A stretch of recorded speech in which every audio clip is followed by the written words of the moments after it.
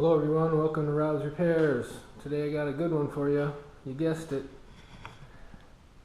I'm making some flanges, exhaust flanges for my ZR600. Basically, I want to put twin pipes on my ZR600. It's a 1999. What I got to do is I got to take these flanges, trace them onto this plate, which I did, and then I have to cut these circles off of this flange because I can't use it. This is for a 800, and then I'm going to weld these circles onto these flanges. So that's my project today. I found a hole saw laying around that's close. It's a titch bigger, not much. So I scribed out this dimension onto these plates. I center punched these holes. You can barely see where I scribed it, but I got a hole here, so that would be these two holes. And then I got a hole here, and of course that's those two holes. And then I'm gonna put this and make that center hole there. So the first thing I'm going to do is I'm going to go cut this out, this plate. It's 3/16, I think. It's about the same as that. So I'm going to go cut this out, grind it, get the shape I'm looking for, which is of course that shape. Then I'll show you what I got, and then I'm going to drill the holes and then hopefully get this center holes cut out. So I'll show you what I got here in a bit. Okay, everything's easier said than done on any project, but this is how I'm doing it. Just wanted to show you quick. I made a template. I made the first one, and now I'm using the first one to make the second one. And what I did, obviously you can see I got the vice grip clamped, and I already got 3/4 of this done already. And as I'm cutting it, I'm grinding it to make it so I don't have to keep doing it. So now I'm going to take the vice grip off. I'm going to take the cutoff wheel and I'm going to cut this, as much of this section off as I can with the cutoff wheel, and then I'm going to grind it to this spec, and then I'll show you what I got.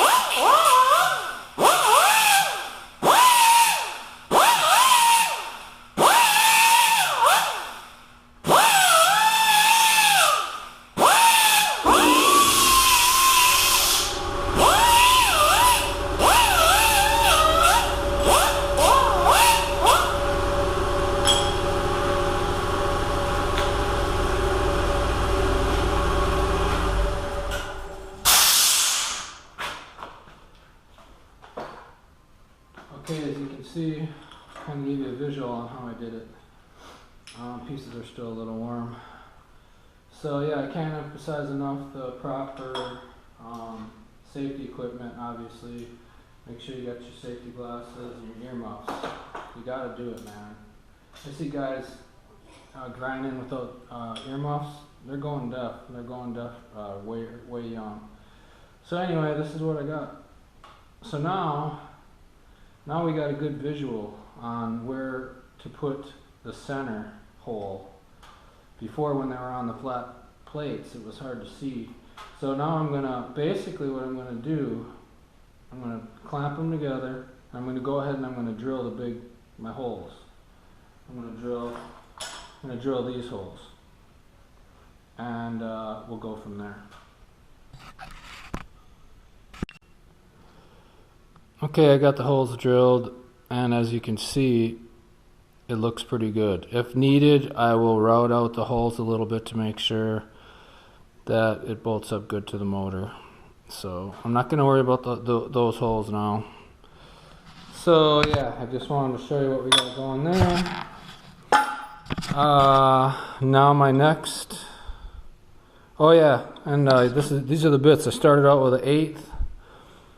Went with a little bit bigger, and thank goodness I had the old drill doctor. Without this, I couldn't have done the holes because my drill bits, most of them are dull, so I just run it through the drill doctor quick. I figured out how to use it a while back. I love the machine, it works good. So yeah, I went with an 1/8. I'm not sure what size this is, and I hit it with this one. Went with that one a little bit, and then I finished it off with this one.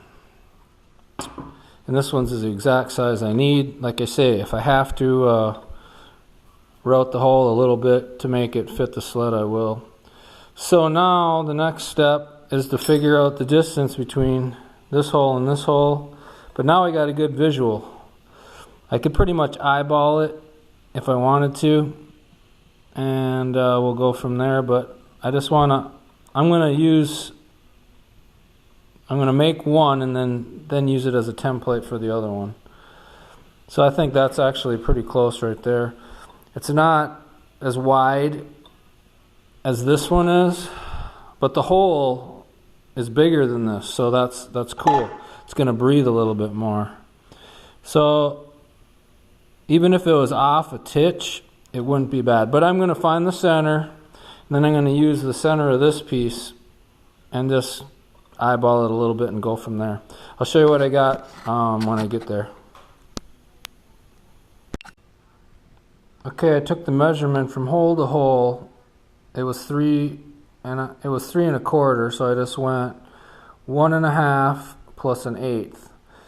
I laid this piece down, and then I put a dot in the center, but then I eyeballed it. So I'm pretty good right now. So there's really no center here, so I'm just going to take my punch and I'm going to go in the center of this oblong looking hole here. I'm pretty close. I don't know if you can see my dot there, but the dot needs, I just need to come over just a little bit and I'll be good to go, because this thing here is going to have a drill bit in the center of it, so that's going to guide this cutter straight down and it'll give me what I'm looking for. So yeah, I'll show you what I got in a bit. Okay, I got the center holes done.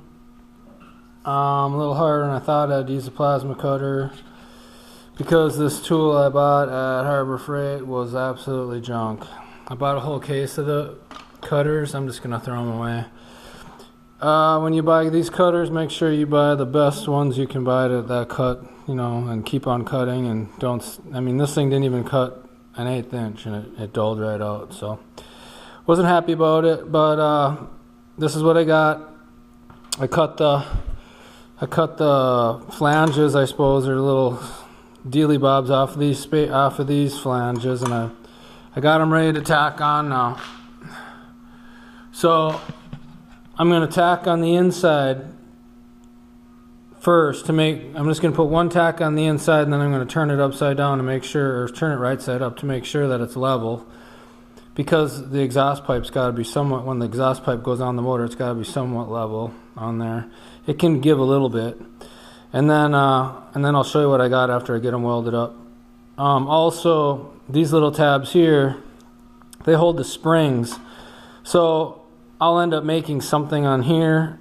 I'm not sure where they're going to go, but I'll put the pipe on first and line up the spring holders on the pipe to the flange, and then I'll mark it, and I'll probably make some loop type thing or something.